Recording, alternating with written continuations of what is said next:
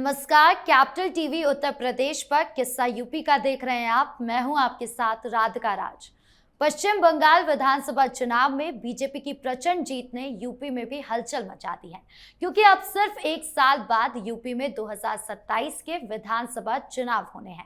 BJP सत्ता की hat trick लगाने की तैयारी में है, तो वहीं दूसरी ओर अखिलेश यादव 10 साल बाद फिर सत्ता हासिल करने का सपना देख रहे हैं। लेकिन बंगाल के नतीजों ने सपा के खेमे में बेचैनी पैदा कर दी है।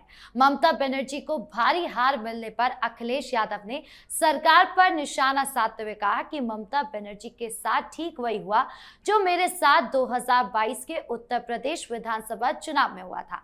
यही नहीं, उन्होंने मतगणना के दिन को काला दिन तक कह दिया। अब सवाल यह है कि बंगाल की ये हार अखिलेश यादव और सपा के लिए कितना बड़ा झटका साबित होगी और सपा बीजेपी के फॉर्मूले का कार्ड कैसे ढूंढेंगे। इसी पर चर्चा के लिए मेरे साथ स्टूडियो में मौजूद है कैपिटल टीवी के executive editor Rajeev Kumar. Sir, आपका बहुत बहुत स्वागत। धन्यवाद। सर, अखिलेश यादव के पास कौन कौन सी चुनौती आने वाली है? देखिए, अखिलेश यादव खुद में एक चुनौती है।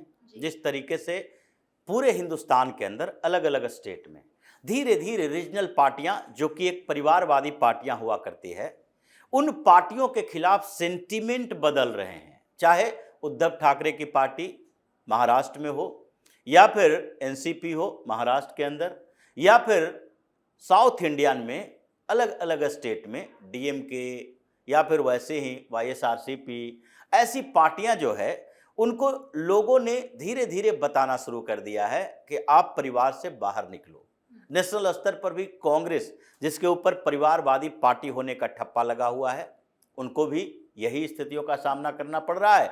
और बिहार के अंदर राजद में या उत्तर प्रदेश में अखिलेश यादव की पार्टी, ये सारी परिवारवादी पार्टियों के खिलाफ एक सेंटीमेंट तो जागा है और लोगों के दिमाग में लगने लगा कि जितनी रीजनल पार्टियां एक परिवार के कब्जे में होती है, वो इस तरह का बिहेव करती है जैसे कि उनके परिवार के अलावा राजनीति में उनकी पार्टी के लिए कोई उम्मीदवार ही नहीं हो सकता, सीएम कैंडिडेट नहीं हो सकता। यह हर जगह की स्थिति ऐसी है। तो इसलिए ममता बनर्जी की पार्टी, जो अभी चुनाव हारी है, ममता बनर्जी की पार्टी के ऊपर भी यह आरोप लगता रहा।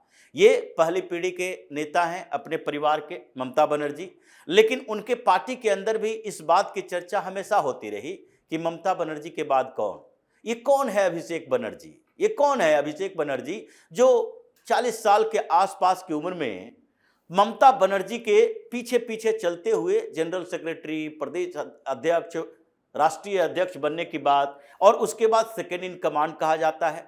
जो कि ममता बनर्जी की पार्टी जब बनी थी तो उस समय जितने उनके इर्द गिर्द लोग थे, अभिषेक बनर्जी उसमें नहीं थे, वो बच्चे थे उस समय, लेकिन फिर भी उन सारे लोगों को इग्नोर कर दिया गया और अभिषेक बनर्जी को ले आया सामने में। यानी कि ममता बनर्जी का उत्तराधिकारी कौन? अभिषेक बनर्जी, जो मायावती के समय में लगा कि मायावती ने भी वही किया कि भले पहली पीढ़ी के परिवार हों, शादी नहीं की, बच्चे नहीं हैं अभी, लेकिन फिर भी उन्होंने अपने भतीजे आकाश आनंद को ही चुना कि नहीं, यही मेरा उत्तराधिकारी होगा। पार्टी में इतने सालों से काम करने वाले किसी व्यक्ति के ऊपर उनकी नजर नहीं गई। तो एक तो अवधारणा बन रही है अलग अलग स्टेट में, डर अखिलेश यादव को भी है कि मेरे ऊपर भी यही आरोप है कि आप एक परिवार की पार्टी बन गए हो। जब एक परिवार की पार्टी है तो उनका जो इक्वेशन होता है, चुनावी समीकरण, जिस कुछ वर्गों के बीच जो पैठ होती है, जैसे अखिलेश यादव के लिए है कि वो यादव वोट अपने पास रखते हैं, वो मानते हैं कि उत्तर प्रदेश में यादव 90% उनकी पार्टी को वोट करेंगे। 10% की बात नहीं चल रही, लेकिन 90% उनकी पार्टी को वोट करेंगे, 10% इधर उधर जा सकते हैं। अब यादव वोट इसलिए है क्योंकि अखिलेश यादव यादव हैं, मुलायम सिंह यादव के बेटे हैं, और ये अवधारणा जब उनकी पार्टी पर, उनके परिवार पर हावी हो जाता है कि यादवों की पार्टी ये नहीं है, यादव डोमिनेटेड पार्टी नहीं है, बल्कि परिवार के लिए ये फैमिली डोमिनेटेड पार्टी है। अखिलेश यादव की पार्टी के अंदर जितने भी यादव सांसद होते हैं वो उनके परिवार से होते हैं, जो बड़े पद पर रहते हैं वो उनके परिवार से रहते हैं। इनके चाचा ताऊ सारे लोग ये पार्टी के ऊपर कब्जा किए रहेंगे, शिवपाल यादव हों, रामगोपाल यादव हों, इन लोगों के बच्चे जो अक्षय यादव हों, धर्मेंद्र यादव हों, ये सारे लोग भी उस पार्टी पर कब्जा किए रहते हैं। अखिलेश यादव और उनकी पत्नी दोनों सांसद बन जाएंगे। तो ऐसी स्थिति में यादव के वोट, जो इनके ही अपने कास्ट का वोट है, जिसके ऊपर सबसे ज्यादा भरोसा है, वो भी दरकने लगता है। क्योंकि बगल में ही मध्य प्रदेश है, जहां पर भारतीय जनता पार्टी ने ऐसी कोई परिस्थिति में नहीं, बल्कि खुद से ये मानकर मध्य प्रदेश के अंदर एक यादव को मुख्यमंत्री बनाया। और जब मोहन यादव मुख्यमंत्री हैं मध्य प्रदेश के, तो मध्य प्रदेश उत्तर प्रदेश का बॉर्डर लगता है। उस बॉर्डर के इलाके में वो तो एक मैसेज युवाओं में भी जा रहा है कि ऐसा नहीं है कि ये यादव की पार्टी, ये ओबीसी की दूसरी जातियों की पार्टी, ये रीजनल पार्टियां जो ऐसी बनाई हुई है, यही लोग केवल हमारे रिप्रेजेंटेटिव को आगे बढ़ा सकते हैं। भारतीय जनता पार्टी जो कि अलग अलग समुदाय में अपना आधार तलाश रही है और उन समुदाय के क्षत्रपों को, उनके नेताओं को आगे बढ़ा रही है, तो ये क्यों नहीं हो सकता कि कभी उत्तर प्रदेश में भी कोई यादव मुख्यमंत्री भारतीय जनता पार्टी से हो। लंबे समय तक क्या इंतजार हो सकता है, लेकिन हो तो सकता है। कई यादव को कैंडिडेट बनाया जाता है लोकसभा में, विधानसभा में। तो अखिलेश यादव की समस्या इन बातों से लेकर है। और पश्चिम बंगाल में जो वोटिंग पैटर्न, पश्चिम बंगाल की बात नहीं है, पश्चिम बंगाल उत्तर प्रदेश के और पंजाब के विधानसभा चुनाव से पहले ऐसा चुनाव है जहां पर भारतीय जनता पार्टी ने जो नैरेटिव था और जिसमें संभावनाएं थी, ऐसा नहीं होता कि हर जगह वो नैरेटिव काम कर जाए।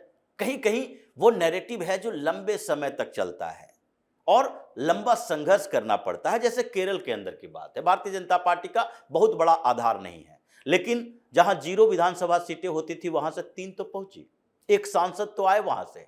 जबकि केरल के अंदर ऐसा नहीं कि हिंदुओं के लिए ये समझ नहीं आ रहा कि यूडीएफ और एलडीएफ की पॉलिटिक्स में हिंदुत्व की पॉलिटिक्स खत्म हो गई, लेकिन वो आध्यात्मिक हिंदू बने रहते हैं। इतने बड़े बड़े मंदिर, दार्शनिक स्थल, और उसके बावजूद भी वहां के हिंदू जो अपने हिंदुत्व का प्रदर्शन करते हैं, वो भी ये समझ नहीं पाते कि ये कांग्रेस पार्टी की सरकार बना रहे हैं।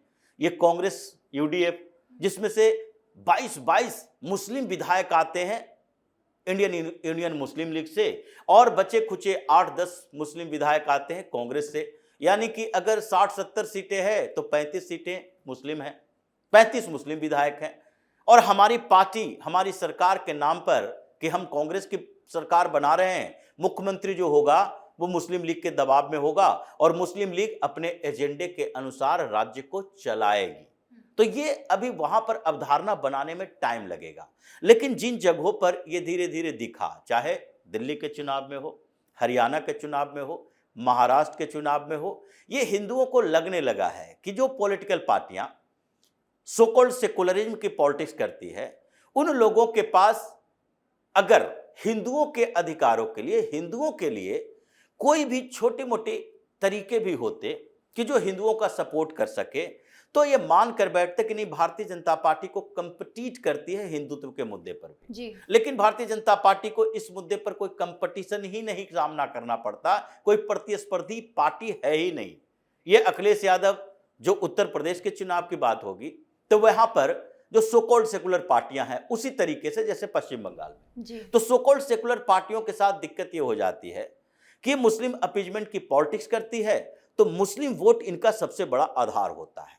और जब ये सो कॉल्ड सेकुलर पार्टियों के साथ साथ इस्लामिक पार्टियां भी मैदान में होती है, यानी कि जो केवल मुसलमानों के वोट पर निर्भर करता है, जैसे पश्चिम बंगाल में हुमायूं कबीर की पार्टी, जैसे पश्चिम बंगाल में ही इंडियन सेकुलर फ्रंट, ये इंडियन सेकुलर नाम रखा गया है, लेकिन अब्बास सिद्दीकी, नौशाद सिद्दीकी की जो पार्टी है, वो पार्टी इस्लामिक पार्टी ही है। एक जिस तरीके से वहां पर उसका नैरेटिव चला है, उससे तो ये लगता है कि उसे हिंदुओं का वोट नहीं चाहिए। उसी तरह कांग्रेस वहां पर मुस्लिमों को वोट के लिए, क्योंकि 2 सीट पश्चिम बंगाल में मिले कांग्रेस को दोनों मुस्लिम विधायक, ममता बनर्जी उसी मुस्लिम वोट पर निर्भर है, फिर कम्युनिस्ट पार्टियां उसी मुस्लिम वोट पर निर्भर है। तो ऐसी स्थिति तो उत्तर प्रदेश में भी है। उत्तर प्रदेश में भी सो कॉल्ड सेकुलर पार्टियां हैं। अगर कांग्रेस और फिर दूसरे तरफ समाजवादी पार्टी का गठबंधन नहीं होता, तो दोनों मुसलमानों के वोटों पर आधारित होंगे। और जो ट्रेंड दिखा पश्चिम बंगाल में, कांग्रेस को जो लगा कि देखो दो सीटें हमें मिली है, दोनों मुस्लिम क्षेत्र से मिली है, मुर्शिदाबाद से मिली है, और दोनों मुस्लिम विधायक भी हैं। यही असम में भी हुआ। कांग्रेस को जो सीटें मिली उसमें से 80% सीटें, यानी कि 19 सीटें अगर कांग्रेस को है तो 18 मुस्लिम विधायक हैं। अब ऐसी स्थितियों में इन लोगों को तो लग रहा है, कांग्रेस को भी लग रहा है कि मुस्लिम वोट जरूरी है। ममता बनर्जी भी हमारे खींच रही है और अखिलेश यादव भी खींच रहे हैं। अगर ये गठबंधन नहीं बनता है तो दोनों मुस्लिम वोट के लिए लड़ेंगे। उधर मायावती भी अपना प्लानिंग कर रही है, लखनऊ में कई मीटिंग चल रही है जिसमें अलग अलग क्षेत्रों के मौलानाओं को बुलाया जा रहा है कि भाई हमारे सपोर्ट में रहते थे पहले, अब अचानक से सारे लोग अखिलेश यादव के साथ चले गए हो, तो कम से कम बैलेंस करने की कोशिश करो। और इसमें टिकट सबसे ज्यादा मायावती देती है, तो ये मुस्लिम वोट थोड़ा बहुत स्प्लिट होने की संभावना बनता है। और उसमें जब ओवैसी जैसे नेता आ जाते हैं, उत्तर प्रदेश में चुनाव लड़ेंगे, हो सकता है कि अब बंगाल से उठकर हुमायूं कबीर भी उत्तर प्रदेश का चुनाव लड़ने आए, उसको भी 2 सीटें मिली है पश्चिम बंगाल के अंदर।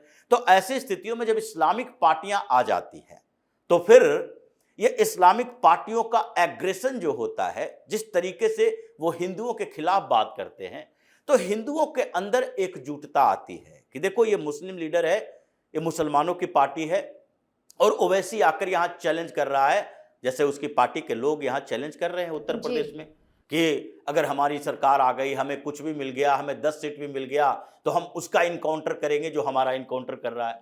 ये बहुत ऐसे बयान सामने आए जो हिंदुओं को भी प्रवोक करता है कि देखो ये मुस्लिम लीडर अल्पसंख्यक अपने आप को बोलता है, फिर भी ये इतना आक्रामक रहता है। और सरकार जो कि बहुसंख्यक समुदाय के, पूरी दुनिया में ऐसे कोई भी देश नहीं है जहां कोई भी सरकार बहुसंख्यक समुदाय के अनुसार नहीं चलती है, वो चलती बहुसंख्यक समुदाय के अनुसार है। हिंदुस्तान को छोड़कर भारत में एक ऐसी राजनीति चली कि बहुसंख्यक समुदाय को, हिंदुओं को इग्नोर करो, अल्पसंख्यक समुदाय के अनुसार सरकार चलाओ, नियम बनाओ, कानून बनाओ, तरीके डेवलप करो। तो ये जो स्थिति अभी उत्तर प्रदेश में पनपी है, अखिलेश यादव को डर तो लगेगा, क्योंकि पश्चिम बंगाल में अभी हिंदूवादी लीडर पैदा करना है भारतीय जनता पार्टी को। कोई ऐसा ब्रांड नहीं है, कोई भी फायर ब्रांड लीडर हिंदुओं के लिए पश्चिम बंगाल में नहीं है जिसका असर इतना बड़ा हुआ। थोड़ा बहुत हिंदुत्व एकजुटता हुई हिंदुओं की, और उत्तर प्रदेश में तो ऑलरेडी एक फायर ब्रांड लीडर है हिंदुत्व के, योगी आदित्यनाथ, जिनको हर स्टेट के चुनाव में उनकी भूमिका होती है कि हिंदुओं को अगर प्रवोक करना, अपने साथ जोड़ना है, योगी आदित्यनाथ को एक बार लाओ। इनके मॉडल तो दूसरे स्टेट में बताया जा रहा है कि नहीं नहीं हम योगी मॉडल पर काम करेंगे। यही बुलडोजर केवल रोड बनाने के लिए नहीं बल्कि और कुछ समतल करने के लिए भी उपयोग किया जाता है। तो ऐसे में अखिलेश यादव के साथ सामने तो चुनौती बढ़ गई। सर पीडीएफ फॉर्मूला काम कर जाएगा अखिलेश यादव? देखिए, पीडीएफ फार्मूला तब तक है जब तक हिंदुओं में भ्रम ज्यादा है, और पीडीएफ फार्मूला इनका तब तक है जब तक हिंदुओं में उन लोगों का, जिस वर्गों की ये बात करते हैं, उसमें भारतीय जनता पार्टी 20-25% वोट नहीं ला पाती है। यानी अगर ओवरऑल सारे वोट, दलित वोट इनके साथ आए, या फिर ओबीसी के कुछ वोट इनके साथ आए, कुछ जातियों के 100% वोट, तभी इनका फार्मूला कामयाब होगा। लेकिन भारतीय जनता पार्टी ने उत्तर प्रदेश के अंदर जो माइक्रो मैनेजमेंट किया है, मतलब किसी भी जाति समुदाय को छोड़ो नहीं, मुसलमानों को छेड़ो नहीं, मुसलमानों से कोई लेना देना नहीं है, वो वोट नहीं देंगे। तो जो भी पार्टियां, क्षेत्रीय पार्टियां हैं, चाहे मायावती की पार्टी क्यों ना हो, दलितों की राजनीति करती है, लेकिन जाटव के अलावा जो नन जाटव दलित हैं, उन लोगों में भारतीय जनता पार्टी की अच्छी पहुंच है। इसी तरह से ओबीसी में नन यादव ओबीसी हैं, बहुत अच्छी पहुंच है। और अब भारतीय जनता पार्टी ने ओबीसी में यादवों को भी अपने साथ जोड़ने का एक बड़ा अभियान चलाया। उत्तर प्रदेश में भी, बिहार में भी चला था। यादव बहुल इलाके से भारतीय जनता पार्टी बिहार में जीत कर आई है, जहां पर 70% यादव वोटर है, फिर भी वहां से जीत कर आई है। उत्तर प्रदेश में भी हो सकता है, क्योंकि युवा जो आजकल हैं वो दूसरे दिशा में सोचते हैं। इन परिवारवादी पार्टियों, ऑथोरिटी वाली पार्टियों, इन सब के विरोध में हैं। इसलिए चुनौती बड़ी है, अखिलेश यादव की बौखलाहट बड़ी है, और उस बौखलाहट में अभी वो गलतियां करेंगे जो इन्हें नहीं करना चाहिए, क्योंकि गुस्से में लिया गया फैसला ज्यादातर गलत होता है।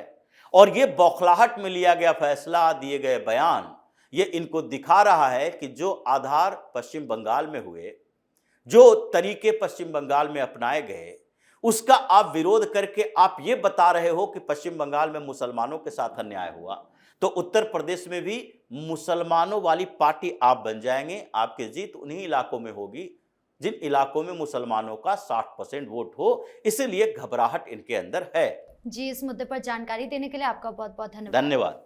तो कुल मिलाकर बंगाल की जीत यूपी की सियासत का बड़ा गेम चेंजर साबित हो रही है। जहां बीजेपी के लिए मौका है, तो वहीं दूसरी ओर अखिलेश यादव के लिए चुनौती।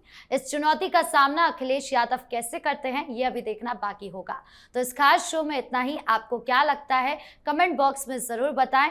धन्यवाद।